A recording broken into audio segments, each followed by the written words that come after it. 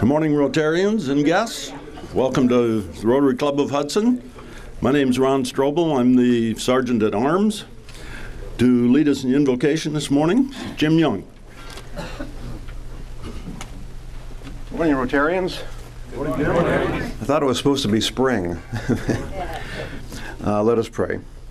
As Rotarians, may all our actions lead us to have peace of mind so that we may spread peace in the world. May our own friendliness help spread happiness to all we meet. May our health be such that we may help others less blessed. May our business life flourish so that we may spread its benefits to those less fortunate. Amen. Amen. Thank you, Jim. And to lead us in the pledge and the four-way test this morning, Ed Sogan, back from the south. Snowbirds are back.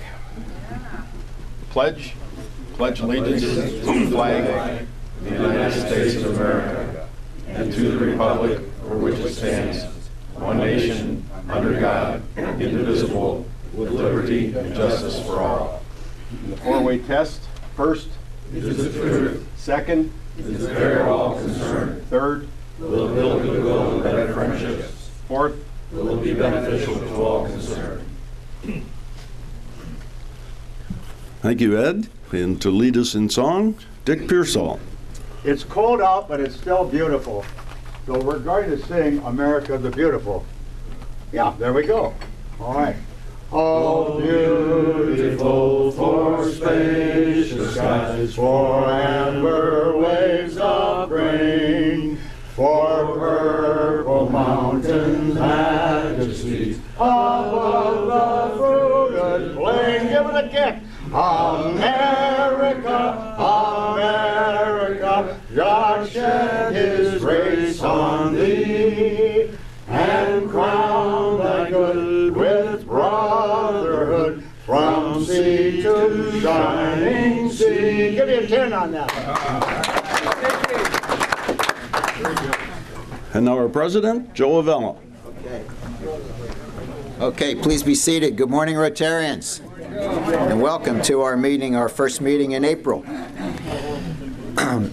The motto of Rotary is service above self. I received this little note this morning from a resident here, Catherine Westlake, a resident of Laurel Lake. Dear Rotarians, this is to thank the two Rotarians who cleared snow from my car on Wednesday, February 10th. I use a walker, and that job was formidable for me. My doctor's appointment was at 10 a.m. and in the snow, and it was about 9:30 a.m., and with their help, I was on time. I have told Laurel Lake residents that these two men were like guardian angels for me. So whoever it was, thank you. And that's very nice. That's very nice. Guardian angel. Evan, huh? Okay. Chris Barker, to introduce our guests. Good morning, Rotarians and guests. Roseanne Drake has a guest today that I would like to announce, so if she can please stand up so we can give her a Rotary welcome. We have Wendy Volker with us today. Thank you. Thank you, Chris. Okay, we're going to move into our 3-minute Rotarian today, and that is George Schmutz.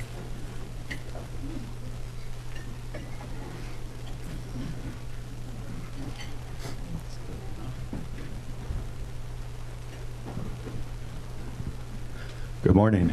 Good morning. All right. Well, I did some of this. Is this working? Yes. Not too long ago, but my journey to get to Hudson here. So let's see if this works. So I started out growing up in a little place outside Chicago. It was called Mooseheart. Sure. There we go. It's an orphanage run by the Moose Organization. And I grew up there. I spent 10 years living there. It's an interesting place, as you can imagine. Any of you have sons, so we basically would live in different dormitories. So if I was 12 years old, I'd live with about a dozen other 12-year-old boys. So you can imagine how interesting that could get for the people trying to run us.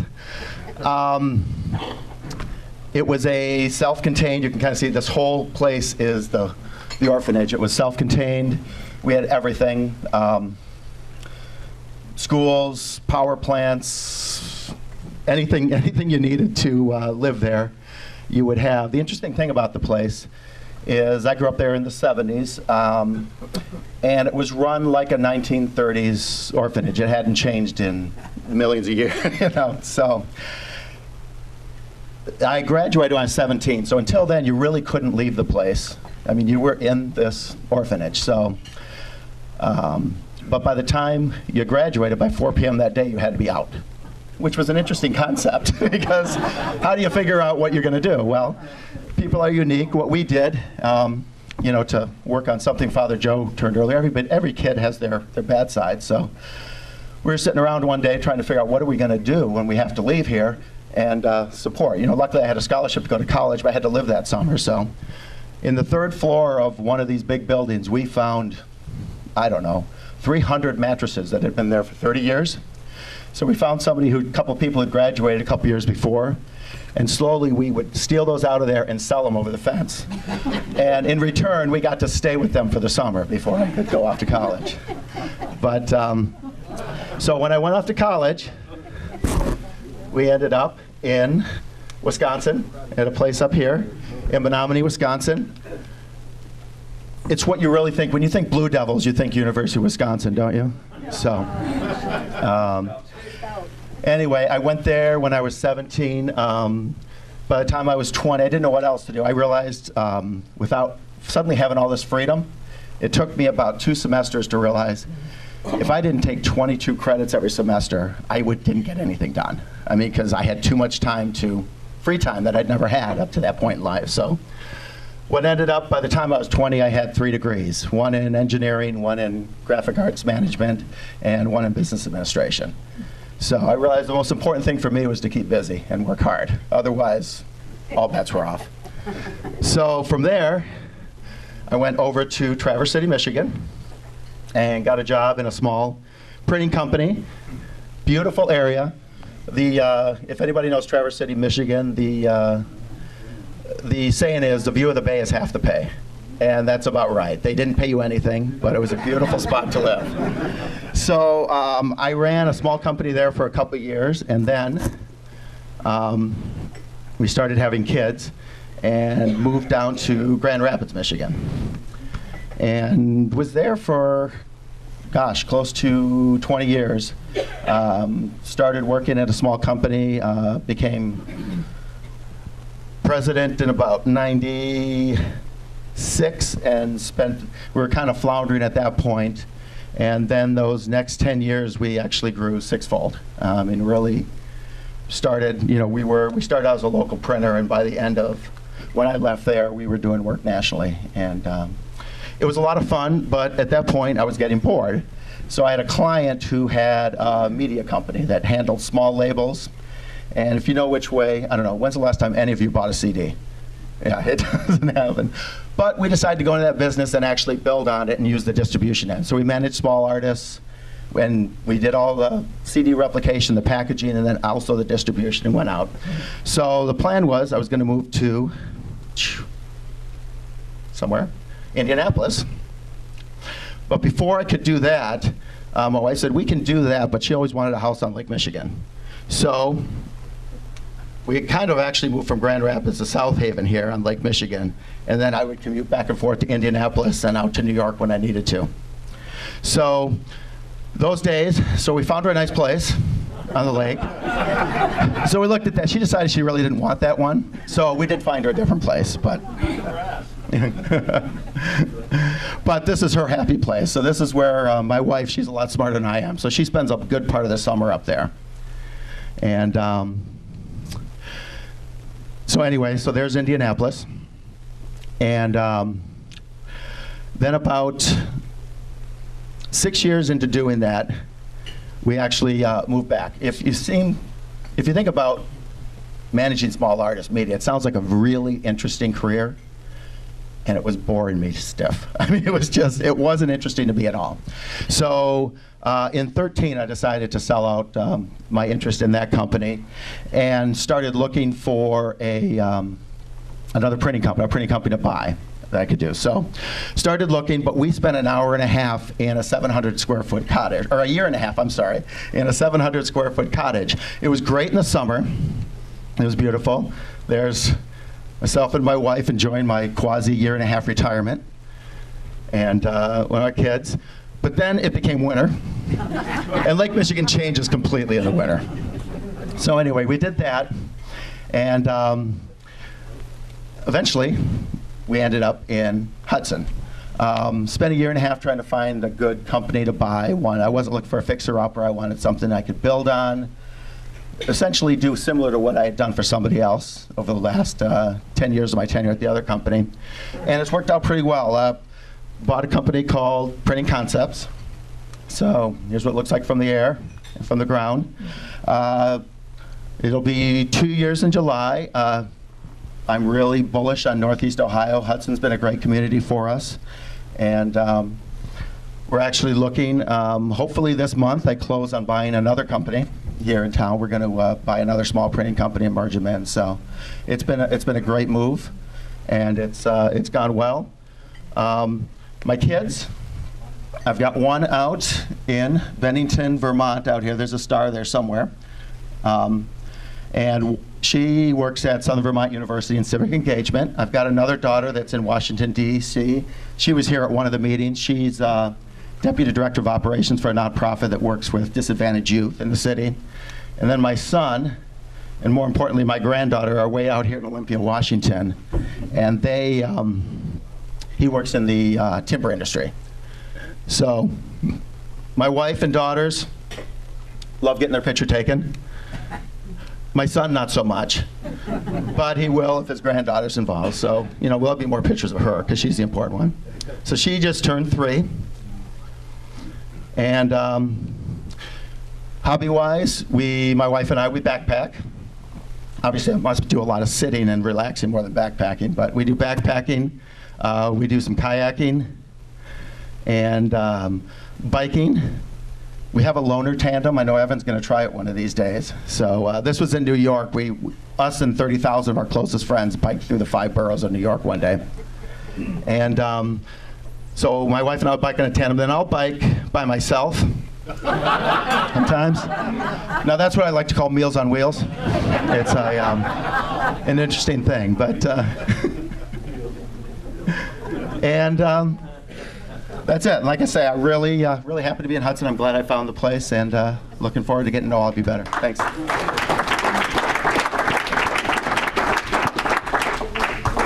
Well, thank you, George, and we're happy to have you as a new member. Well, not really so new.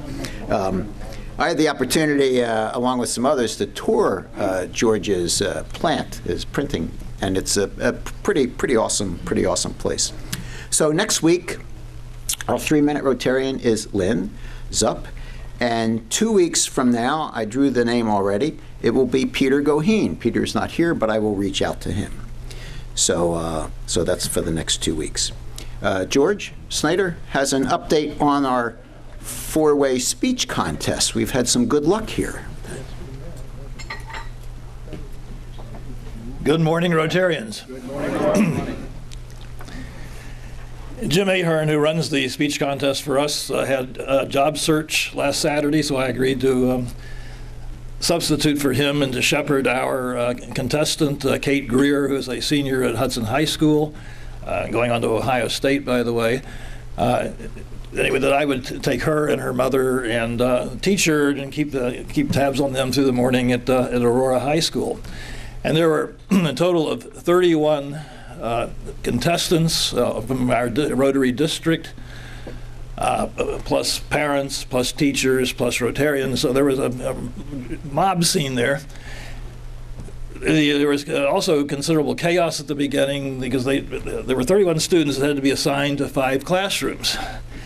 And from there, they would also have an order of speaking, 1 through 6. And then the winner from each classroom would go on to the finals. And somehow, about 15 students ended up in one room, all having the same order of speech number, and there was some degree of confusion, but we eventually got that straightened out and got the kids, assigned to all of their classrooms. Kate, our student, won her class competition, so she and 4 other students moved on to the finals, which occurred about 11 o'clock in the morning. It was an interesting mix, both the people and topics. Kate was the only woman this year in the group, which is unusual, but there were also two white males, 2 black males, and there was Kate.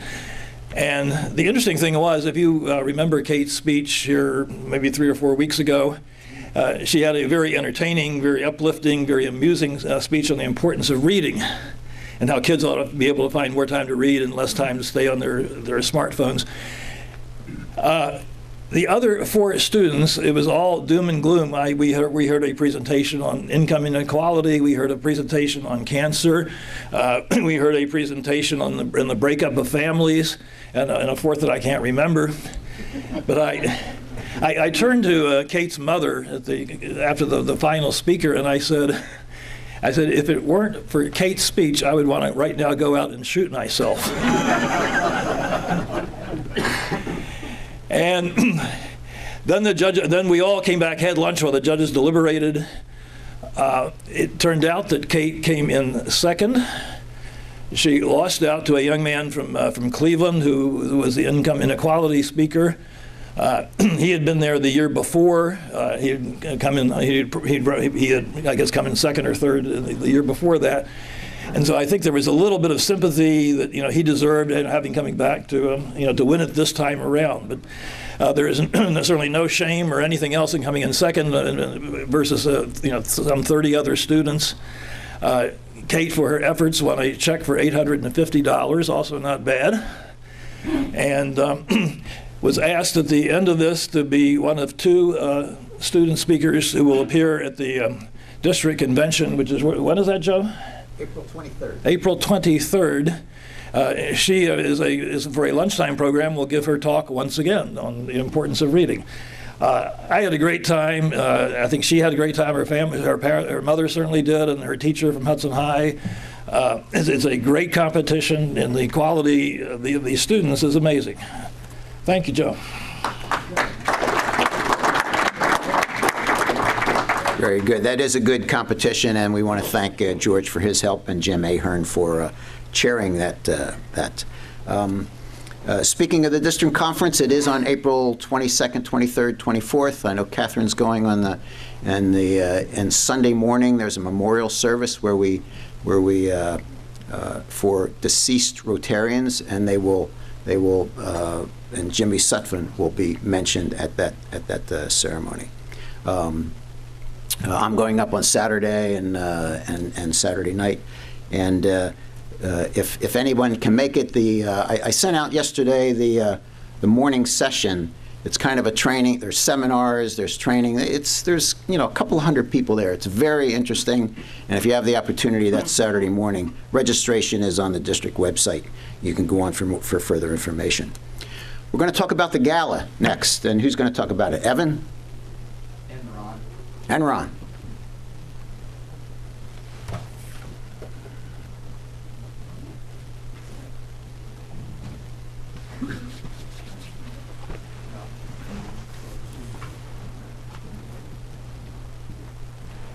Good morning, fellow Rotarians. Good morning. So thank you for another great week. The gifts keep rolling in, and I hope that the conversations continue to roll with the local merchants that you're talking with. They're great people, so take some time to get to know them. And I'm focusing a lot on the gifts that are coming in, but talk to them about attending the event. We're going to be putting on an entertaining event, and we're going to break some records this year, so the more the merrier. Gift of the week this week was a tough decision. We had a nice BMX bike. There was a pet adoption from the Humane Society, and Den Rich brought in basically an entire art gallery.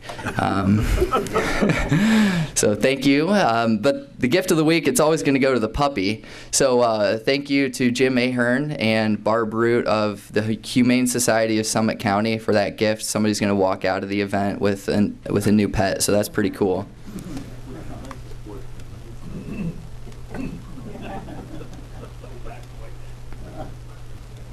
Struggling here. Thank you. Okay, so that art gallery that Den Rich brought in led Schmutz's Schmoozers to the top of the podium this week. So we just heard from George Schmutz, but we're going to continue. The floor is yours for some words of wisdom. Pump us up. Apparently the trick is just sit back and let your people do their thing, because I've done nothing on this, so that's my words of wisdom. And then I get to sit at the booze table, so there it is. So modest, George. Okay, so where does that put us? That puts us pretty even for the competition. 1 week to go. The deadline is the 15th. The 13th is up there. If you get the gifts in by the 13th, that's when we'll have the cutoff for the pizza party. It's basically anyone's party, and keep getting those gifts in. We're at $21,903 in gifts and donations currently, so we're a little bit behind. So we've got to really pick it up this week and try and, again, continue to have those conversations with local merchants.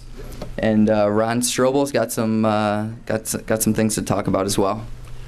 I think the important thing is what Evan just said. That we're at 1/3 of where we need to be if we hope to have a successful gala as we've had the past couple of years. So with 1 week to go, there's a lot of calls to be made, a lot of gifts to be picked up.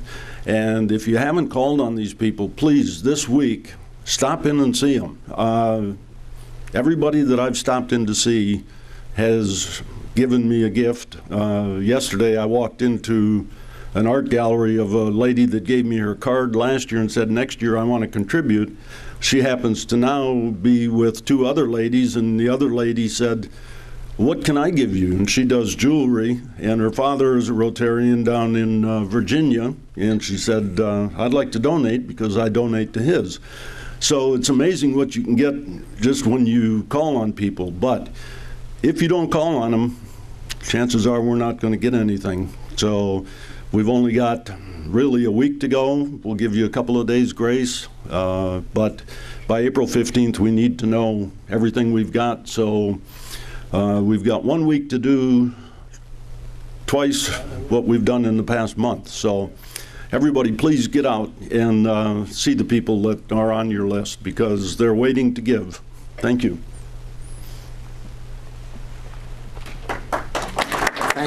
Thank you, Ron and Evan. Okay, let's move on to our speaker, Roseanne.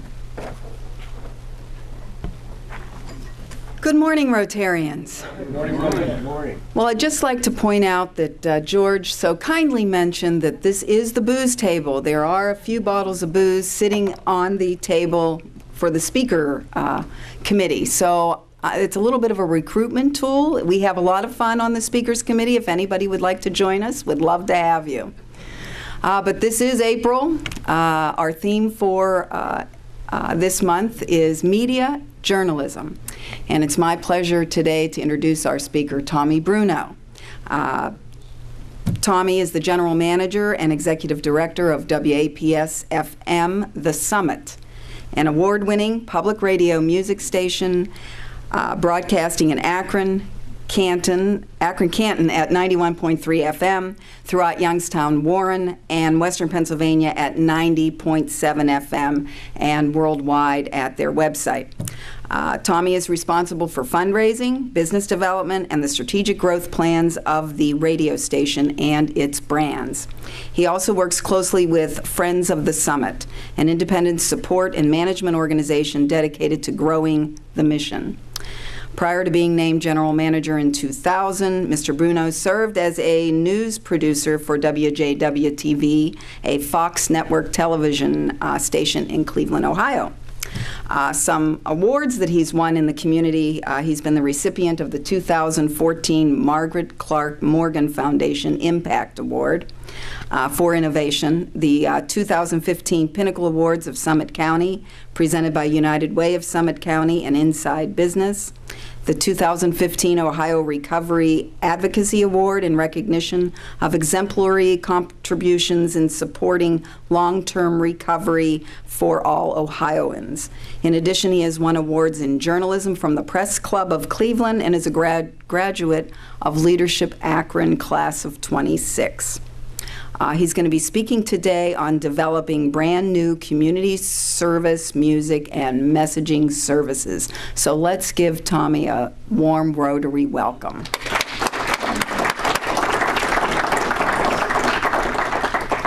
Thank you. You have that stick mic? Thanks, Roseanne. Appreciate it.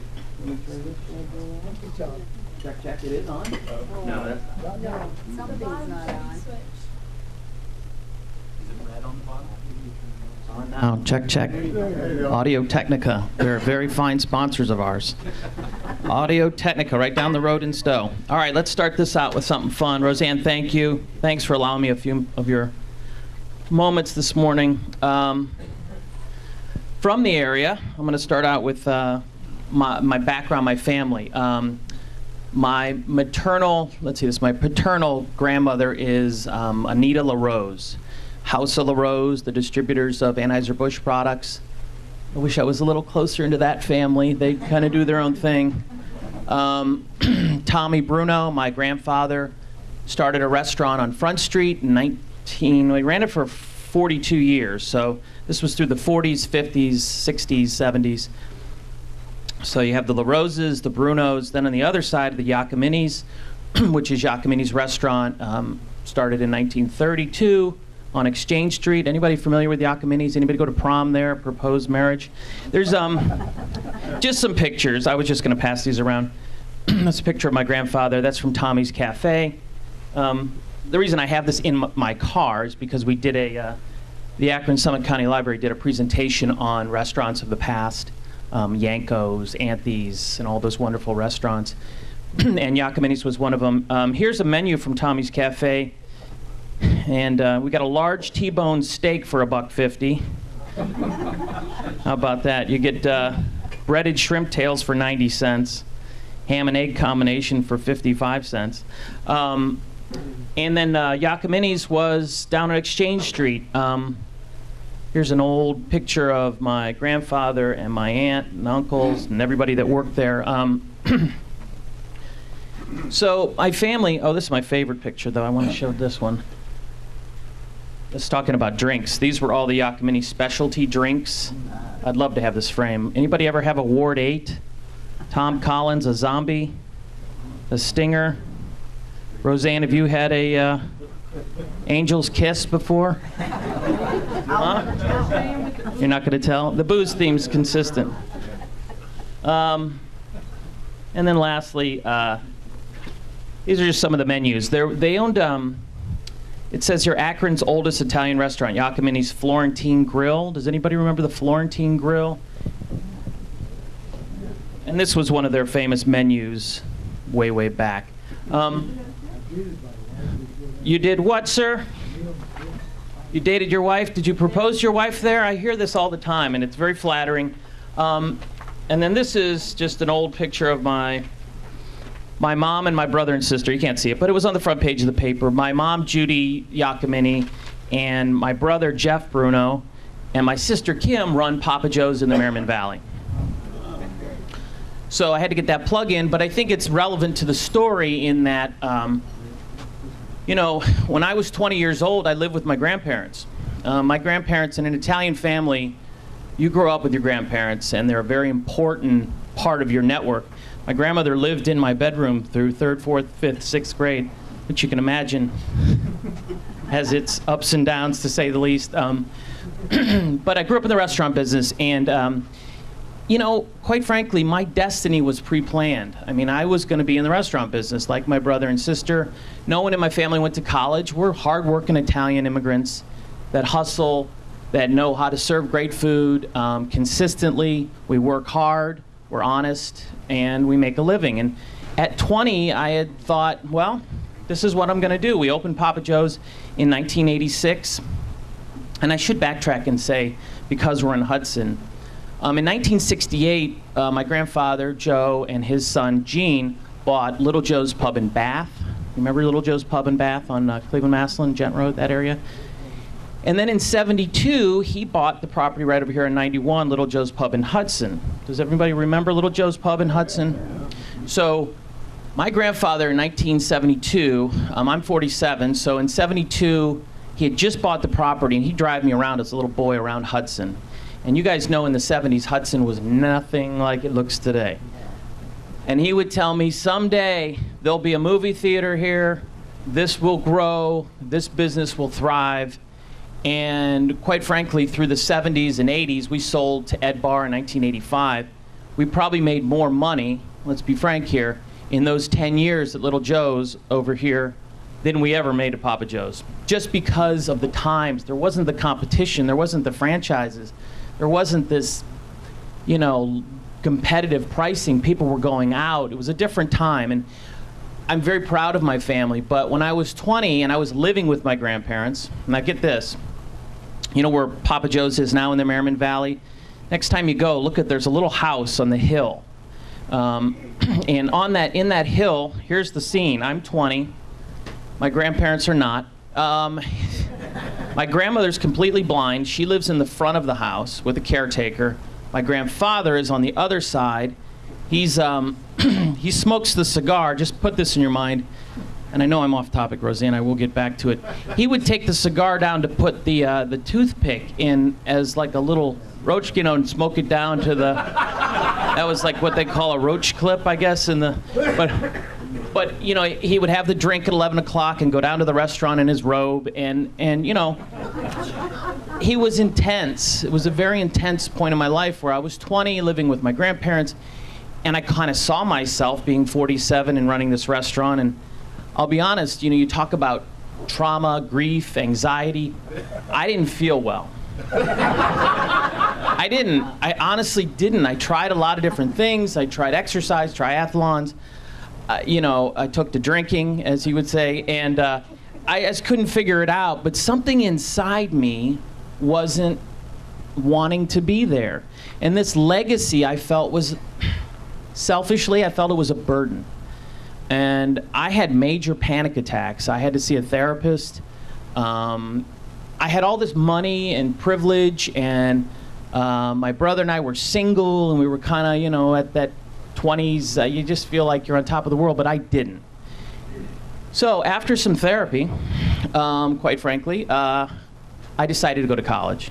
And I said this speech 2 days ago. John Carroll University changed my life. I was able to go to college and find something that I truly believed in. It was hard to leave my family. My grandfather was not happy, wouldn't pay for my schooling. I paid for it. But I felt it was important, and I ended up getting a job at Channel 8, WJW, with Dick Goddard and Robin Swoboda and Casey Coleman and Tim Taylor during the real heyday of Channel 8, where they were on top, and it wasn't as watered down, I feel, when I was in the newsroom. But I had an opportunity in 2000 to come back to run this radio station, media. Media in TV, you know, they make a lot of noise, a lot of news widgets. When I was there, we were doing 5 hours of live local news. Okay, 5 hours. Today, Channel 8, today, will do 13 hours of live local news. Starts at 4 in the morning. 4, 5, 6, 7, 8, 9, noon, 5, 6, 7, 10 every day. So you can imagine the burnout, but here's why. They're doing this. How many of you have DVRs? You know those DVRs where you record the TV? They're doing this because people are not recording the news. You're watching it passively, so you're watching the commercials. So if I'm a salesman, I'm out there and I'm still able to sell at top dollar. Now, for the rerun of Seinfeld at whatever, 11:30, people are recording that. So they're blowing through the commercials. Does that make sense?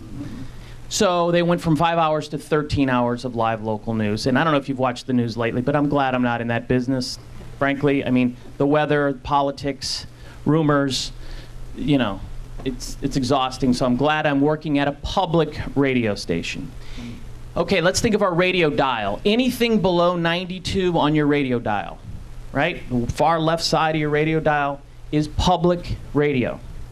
And the FCC in the late 40s and 50s held that bandwidth to say this is for educational institutions. And some of the colleges and universities you went to, remember they had radio stations? Well, that's where we live. We live at 91.3 and 90.7. So at that bandwidth, there's no commercials, number one.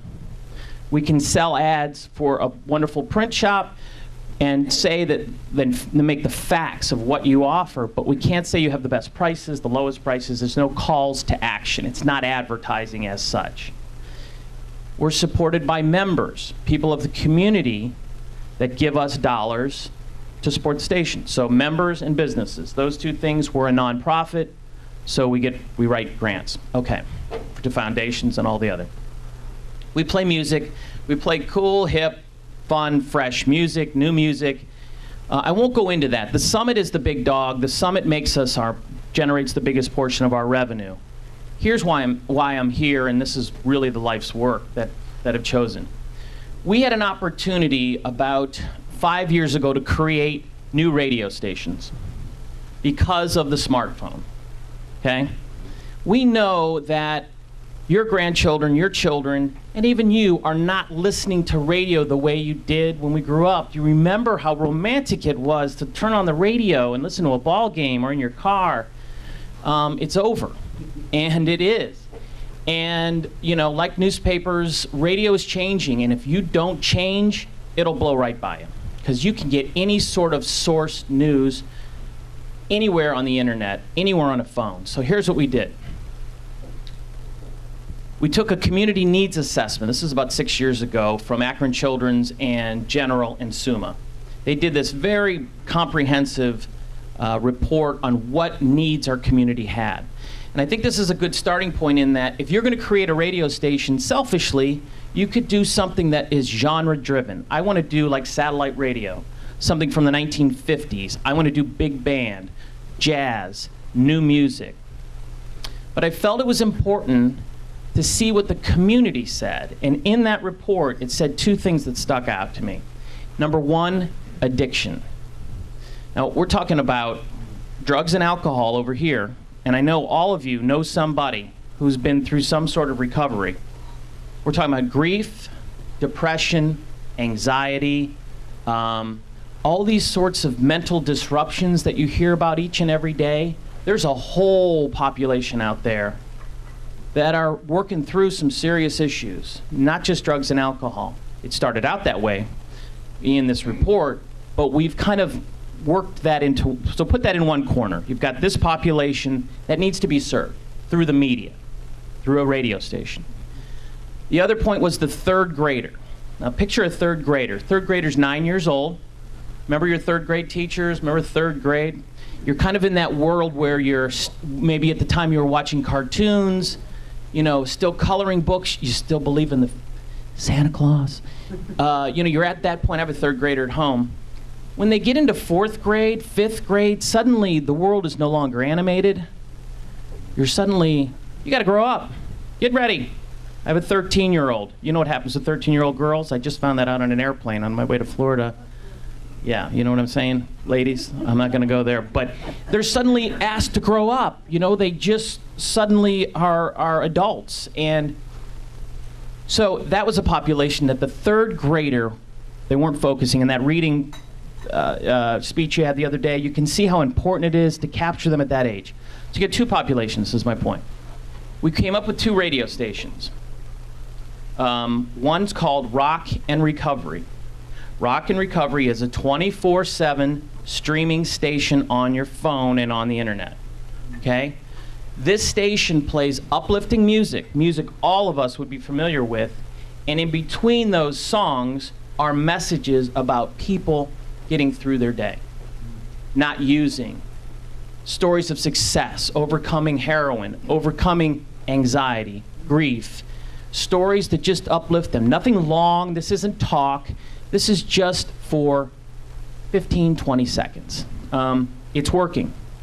We're getting people calling us saying, this station at 11 o'clock at night, when my support's not around, 2 in the morning, I go to as my piece to kind of get me through.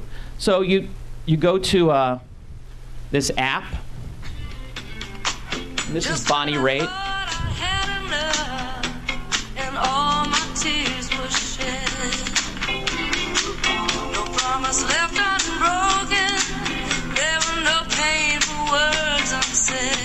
So I have one guy that just programs this station. I got him from satellite radio. He's been in radio 40 years, and he carefully picks these songs. We work with psychologists, we work with psychiatrists, we work with Summa Health System, Portage Path Behavioral Health, the ADM board, to make sure we're saying the right thing. I'm not in addiction, but we have to make sure we're saying the right things. This station's a huge success. We've generated a couple $100,000 in regional support because the county, this is a crisis. After this, I'm going to meet with Russ Pry from the Summit County and this whole big coalition.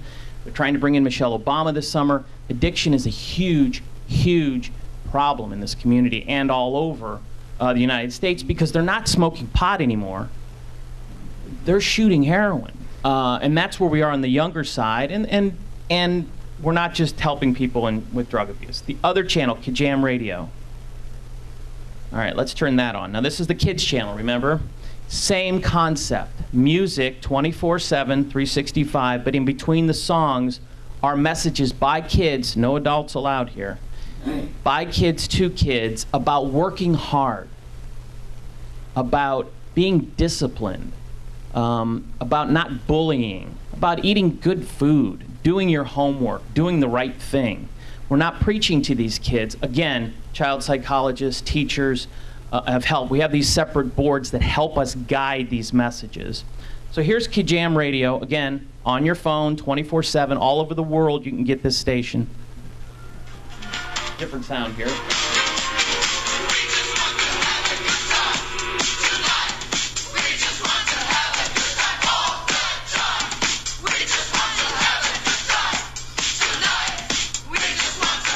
They just want to have a good time tonight. That's all they're asking.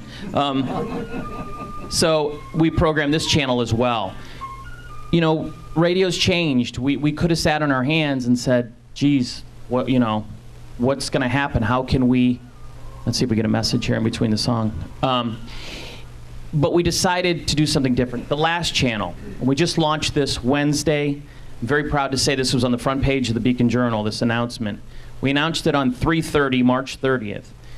We've created the last channel, no more channels, called the 330. The 330, same concept here, will just feature regional artists from Cleveland, Akron, Canton, and Youngstown, 24/7, 365. So the Pretenders and Chrissy Hine, the OJs, even Rosemary Clooney. I don't know. We're going to have some fun and say, if you're from this Northeast Ohio region, you'll be featured on this station. So I feel like, here we go.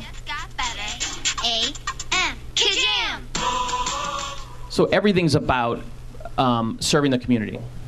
And it's not just about playing music like we did so many years ago. It's about serving people in addiction, going through a difficult point in their life. It's about kids. It's about showcasing the local community and regional artists, and the Summit, which is up here, which really leads the charge. But all of these brands support the bigger brand. The last thing I'll say is it's about partnerships as well. And I just want to give you one example of a partnership and how things work. I'm on several different boards of directors, the Akron Community Foundation, try to get really involved in the community. We know Bill Considine, right? Okay, Bill's the longest serving CEO of an organization that's in the country. I think he's been the CEO for 40 years.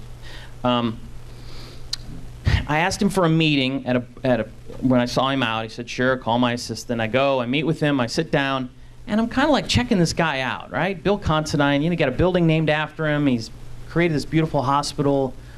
I got a one-on-one with Bill Considine. So I said, Bill, Summa Health System's been a long-time sponsor of the summit. Akron General as well, Medical Mutual, the clinic, UH, never had a dime. We've asked you for years, but you've never spent a dime with us.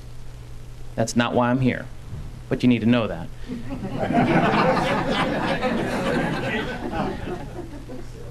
So I said, we have a kids radio station that's winning awards. The Akron Public Schools is putting them on in their community learning centers. The Akron Zoo's putting it on. When you first walk in the zoo, you hear Kid Jam. The Akron Art Museum, Oh Wow Museum in Youngstown, and that's the business model. Boys and Girls Club as well. That is the business model, put them in all these different facilities. But anyway, I said, could we just put it on one of the TV monitors in the hospital? You know, you've got all these rooms, just as like Channel 15 would just play Kid Jam and have the logo up.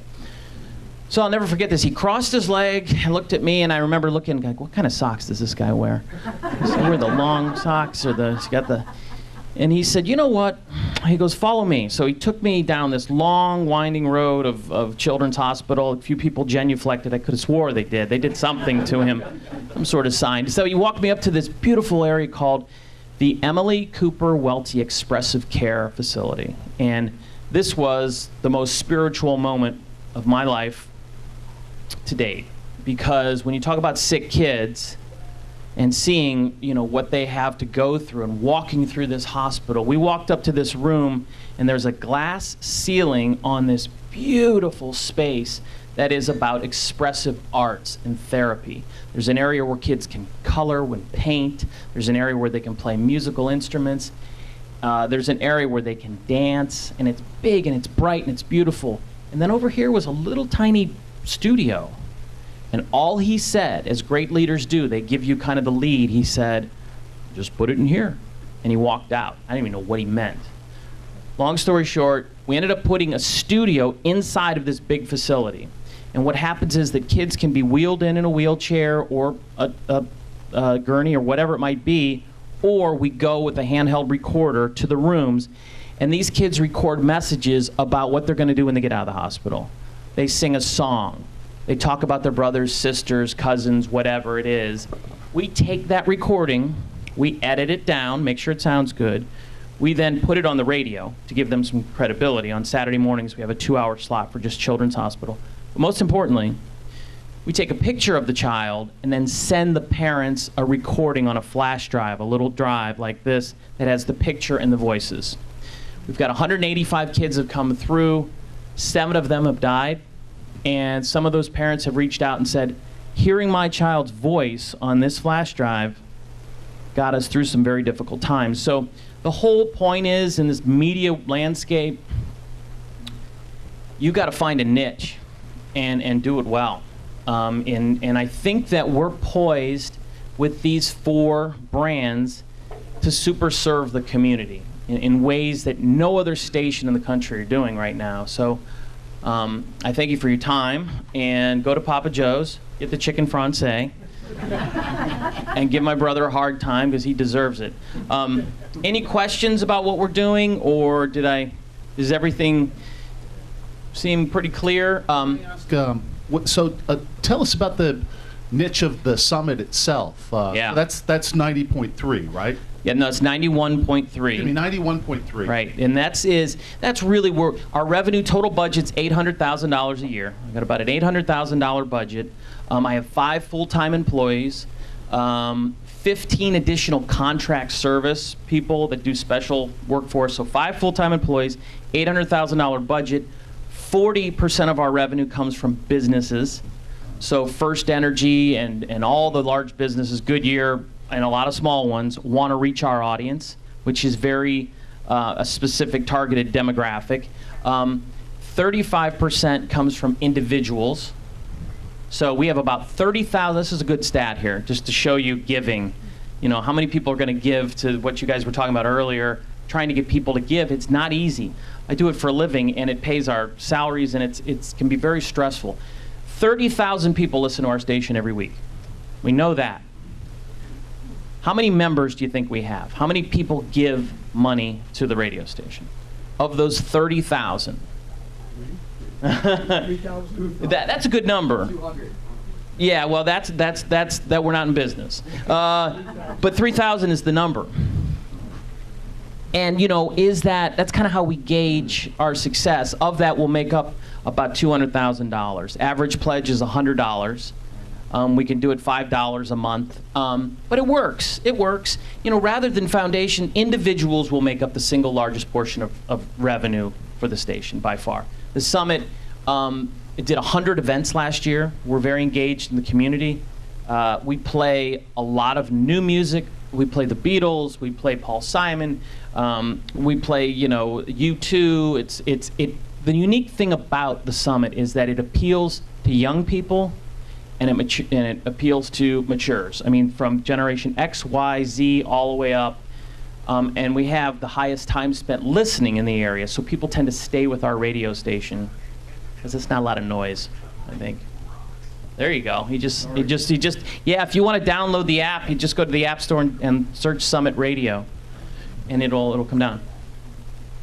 Okay, so you mentioned that the 330 is your last station. Mm-hmm. Why is that, and do you really think that that's going to be your last? No, I lied, and here's why. I think the 330 is cool, and the mayors of Youngstown and Akron both did proclamations that says that moving forward, March 30th will be proclaimed 330 Day, and it'll serve as a reminder for the arts community to recognize musicians. And no, you want to know the other niche? And it's ironic that we're here. Nobody steal this idea, especially Mr. Entrepreneur over here. George, don't steal this idea, but I do think, no, this is a good one.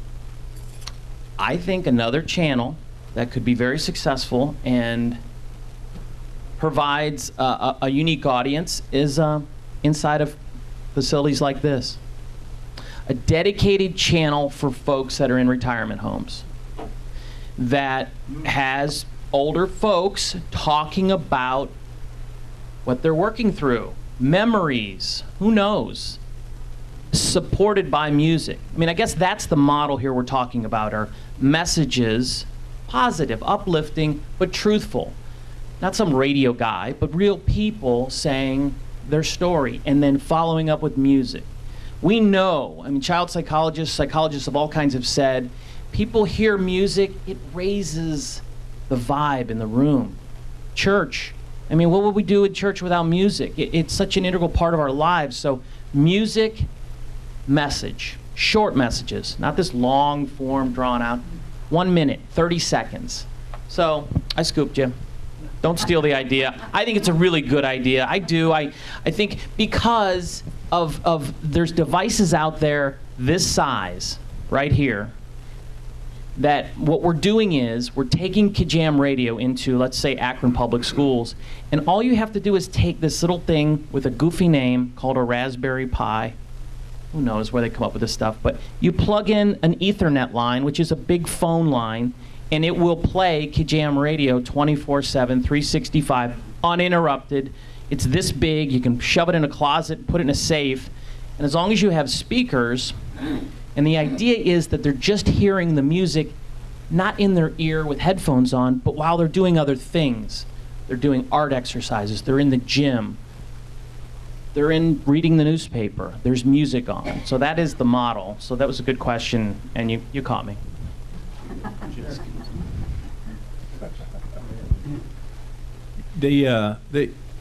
This working? Yeah. They shut down UHF and VHF broadcasts, I don't know, was it 10 years ago, 8 years ago? Mm-hmm. Is that ever going to happen to radio wave? Well, here's what ended up happening to radio, and that's why these, and I don't want to complicate things, but radio some 10 years ago thought they came up with the newest, greatest thing in the world. It was called HD radio. Now, HD radio is really at the heart of why we created these other stations, because what they did was they split the bandwidth. It's a little confusing, but simply put, you could create 4 different radio stations within that spectrum. So that's kind of what you see on your TV. I don't know if any of you have rabbit ears on your TVs, but when you hit channel 3 and then it goes 3, and then it goes 3, 2, or HD2, they have weather. It's a little weird. They split the bandwidth. So that's really was the charge of creating these new radio stations was that they split the bandwidth. You know, I just went to my alma mater, John Carroll, and I was talking to them about their radio station, and I said, don't sell your radio station, because we don't know what that bandwidth's going to be worth someday, what it's going to provide us. I mean, while they may be, you know, I think they'll always be in cars in some way. I don't know if I'm answering your question, but for me, it's I don't know, it's a technology that still has some viability on some level. So what will happen to it, I don't know. I don't know.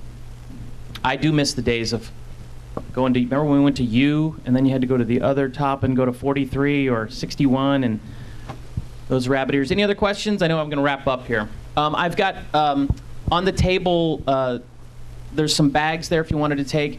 You know what? If you know somebody that's going through a difficult time in their life, Rock and Recovery, you have a grandchild, niece, nephew, son, daughter, and you know they're of that age, could jam radio. I encourage all of you to check out 91.3 in your car.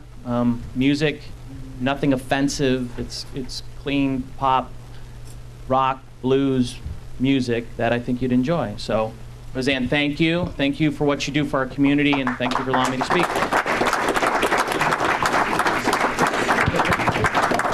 Thank you, Tommy. So next week our speaker is Tom Flandung, past managing editor of the Plain Dealer. So we continue with some distinguished speakers. A couple of announcements. Don't forget the Royal Tea on April the 16th. I understand we have about 75 people attending. And next week, following our regular meeting, we will have a board meeting.